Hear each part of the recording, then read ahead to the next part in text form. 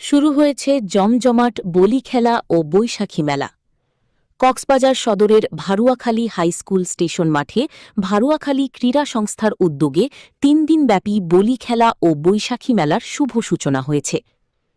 উদ্বোধনী দিনে উপস্থিত ছিলেন এলাকার জনপ্রিয় বলিরা দিদার বলি, কবির বলি, জাফর বলি ও সাদ্দাম বলি।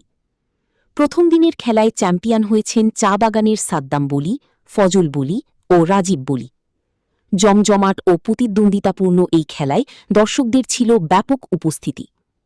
মেলা চলবে শুক্রবার, শনিবার ও রবিবার পর্যন্ত। স্থান: ভারুয়াখালী হাইস্কুল স্টেশন, সদর, কক্সবাজার। সরাসরি আপডেট ও ভিডিও পেতে চোখ রাখুন রামু নিউজ টিভি, রামু, কক্সবাজার।